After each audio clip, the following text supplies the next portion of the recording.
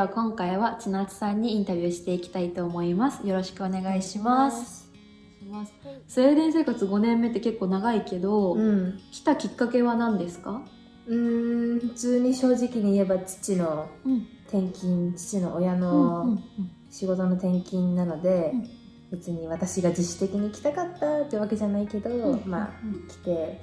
結果的に楽しいんだけどね。そっかそっか、楽しいのは素敵なことですね。今高校1年生で、それまでその5年前、来た時から今まででどういう生活をしてましたか？学校どんなところに行って勉強したりしてたんですか？このスウェーデンにいる5年間は、もう来た時からインターナショナルスクールに通ってて、もうスウェーデンはスウェーデン語ってちゃんとあるんですけど、この学校は英語で、なので私はもう英語ばっかり聞いて、英語の勉強して、全部何の教科も全部英語でやって、じゃあスウェーデンにいるからスウェーデン語ってわけじゃなくて、私の学校はインターナショナルスクールなので、英語です。オールイングリッシュ。なるほど。最初はどんな感じでしたか？やっぱりこうちょっと英語に抵抗がありましたか？いろいろあったよね。いろいろあった。本当。だって日本の学校にいた時にやってた英語なんて、だって1週間に1回英語があるかないかで、そうだよね。はい、A, B, C, D, Monday, Tuesday って歌ってたから、そっかーっての分かってたんだけど、こっちに来てみんなが「What's your name? Where are you from?」とか、どこ来たのとか言われても「Yes」とか「何歳？No」みたいな、こう単語とかね、そうでしか分かんなかったよね、その時の自分知識としては。なんかちゃんと英語なんとなく覚えてても、もうパーって言われるともう頭真っ白になって、もうイエスかノーかみたいな。最初はそれで精一杯だよね。本当は最初じゃあ慣れるまでちょっと時間がすごい、私はすごいかかったと思う。人それぞれ違うと思うけども、私は2年くらいかかったね。やっぱ、ちゃんと慣れるのはね。そっかそっか。その慣れ始めたなってか、これがきっかけで打ち解けられたなっていうきっかけとか出来事ってありますか？すごい大きなきっかけは、私の2年目のスウェーデン生活の時の夏休みに日本に一時帰国したんですけど、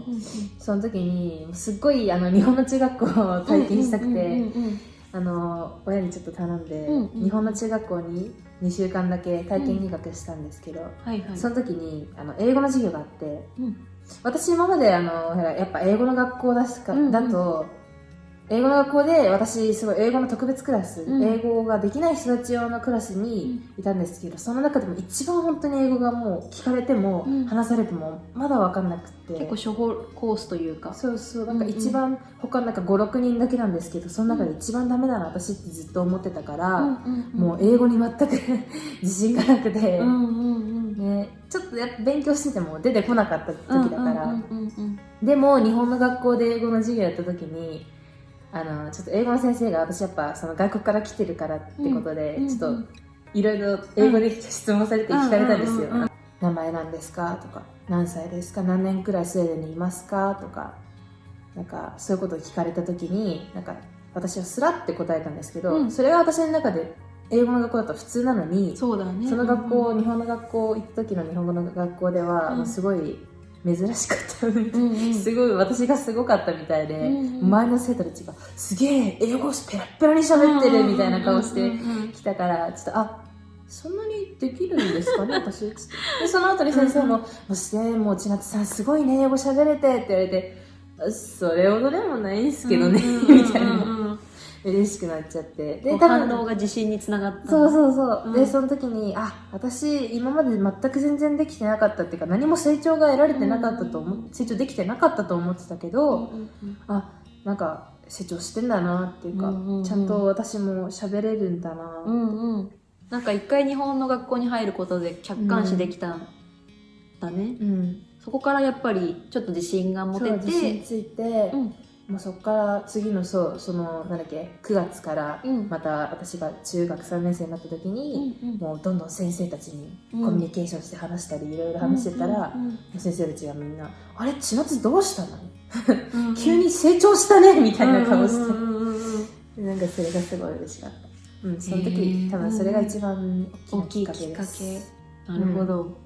でそれで今は高校1年生でどういう学校はどんな感じですか？生活とかどういうことを学んでますか？インターナショナルスクールで、私今高1なんですけど、なんかうちの学校のシステムは小6から高1が中学部で、高1が最後の中学部なんですね。だから中学部で学んだこと全部やっぱなんか最終段階として集大成、そう集大成ってことで大きなプロジェクトが高校1年生だけあるんですけど、それをやらされてますやってます。結構大変ですか？すごいそっかそっか。インターナショナルスクールで、その学校 IB プログラムってちょっと特殊なプログラム持ってるんだけど、そのプログラムはすごいもうその人の個人の意見をすごい聞いてくるところで、なんか、もうテストでも例えば動画とか見てなんか例えば動画見た後に紙をもらってクエスチョン1、この動画の女の子はなぜこうしたと思いますか？あなたはどう思いますか？あなたがもしこの女の子だったら何をしますか？とか、そういうことを聞かれて、結構もうその人自身の考え方によって答え全然違ってくるよね。もうよくもう言われるのが、千夏あんた時間すごい取ってるけど別に答えが合ってるとか間違ってるとかないからねって、これではあなたが自分の意見を、どう考えたかとか、どういうその動画の部分をなんかその証拠、なんかどういうところを見てそう思ったのかとかをちゃんと書いてればそれが合ってるのよって、なるほどね。もう最初6年生の時来た時はもう衝撃だよね。本当何言ってんだろう、英語も分かってんの、あれ私間違ってんのかな、読んでんの、あれってなんかこの人どう思ってますかって言われて、こう思ってましたっつって、じゃあどうしてあなたはそう思うんですかって言ったら、私に聞いてきたからですって書いたら、先生に何この答えって言われて、すごいショックだった。多分日本で慣れてると自然と答えを探しちゃうじゃん。絶対的な答えってなんだろうみたいな。そうこの問題はじゃあ答えってこれかなみたいな、正しい答えを探しちゃうけど、意見聞くってことは正解がいくつもあるってことだもんね。逆に間違いがないみたいな。文章問題がすごく多い。やっぱ自分の意見を述べるから、もうたくさん書いていいの、もう本当に。たくさん書きたければ書いていいの。だって私日本に行った時にテストで、例えばどう思いますかって言われても、なんかいつも2行くらいまでしかなかったり、ちょっとちっちゃいボックスしかないじゃない。簡潔に書きなさいみたいな。そう。だから少なく書いてもらいたいみたいな。一度私長く文章で書いたことがあるんだけど、学校の先生に、小学校の先生に、千夏さんこれもうちょっと短く書いてくれないって言われて、そうなんですか、わかりました、じゃあ短く書かないといけないんだなって思ってたんだけど、こっちに来て私の学校に行ったら、なんで千夏はこんな短い文章しか書かないの、もうちょっと長く自分の意見書いてくれないと細かい部分がわからないから、もっと書いてくれって逆に言われて、もうカルチャーショック。そうだよね。カルチャーっていうかもうわーみたいな。でもそういうことが今の自分につながっているって感じだよね、きっと。だから今プラスにつながって。そう私が自分の意見持ってても、なんか私の一つの意見って結構すごい力持ってるし、大切なんだなって言わなきゃいけないなって、広めなきゃ、世界私の素晴らしいアイディアって思うくらいに言わなきゃなって思って。素敵な変化だね。だと思う。先生はどんな感じですか？先生はスウェーデン人だけじゃないのかな？スウェーデン人じゃない人だけ、インターナショナルスクールだしね、スウェーデン人だけってなったら、スウェーデン人じゃない人もたくさんいるし、その中でもスウェーデン語喋れる人とかスウェーデン長い先生もいるけど、別にスウェーデン語喋れなくても別に入れる。だって英語だから。フレンドリーかな。どういう感じだろう、コミュニケーション。みんな全体的にすごいフレンドリーで、みんな平等って感じなんだけど、うんうんうん、一人の人、この人一人の人だからそんな深入りしない、この人だから私たちも先生のなんか例えば結婚してんのとか赤ちゃんいるのとかそんなことも全然深入りしない。そうかそうか、こうある程度プライベートには線引きして、こうフレンドリーでありつつもこうそうそうある程度の距離は保ってくれてる、そうそう、違う人だからね、それはもう、みたいな、そっかそっか、それも結構過ごしやすいというか接しやすいよね。そうそう。授業以外ではなんかこう打ち込んでることとかありますか？ダンスダンスは興味持ってどういうふうにここで活動し始めることができたの？そうそう、私R10 っていう K-POP カバーダンスグループに入ってるんですけど、かっこいいなK-POP でしょ、そうで結構活動してて、でもそこにそのサークル、そういうグループとかサークルに入るまで、最初分からなかったんですけど、習い事を、なんか普通にほらダンスクラスみたいなのがあって先生がいて他の生徒がいてっていう習い事として行ってた時に、いろんな友達が、ダンスの友達ができて、同じ趣味の友達ができて、でその人たちにいろいろ教えてもらって、こういう大会があったりグループっていうのがあるんだよとか、あと現に私のその先生、習い事の時の先生もグループに入ってたから、そうなんとなくいろいろ聞いたり、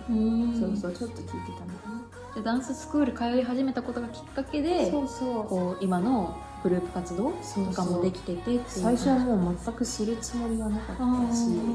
なんか普通に習い事でもいろんな友達ができて楽しいな、これで幸せだなって思ってたら、ちょっとチャンスをいただいて大会一緒に出ないってその先生のグループに声かけられてもらえて、すごいいい機会だよね。チャンスが巡り合わせで、しかもなんかその時クラスなんか13人くらいいたんだけど、そのうちの2人、私含め2人だけ誘われて、私そんな才能あるんだな、へへへって思いながら嬉しかったね。で、そう大会に出て、最終的にちゃんともうメンバーとして入っていくことになり、もう今はいろんな大会、結構1位とか取って、すごいすごいね。スウェーデン内でね、すごいね。それはそれの一メンバーだもんね。かっこいいなスウェ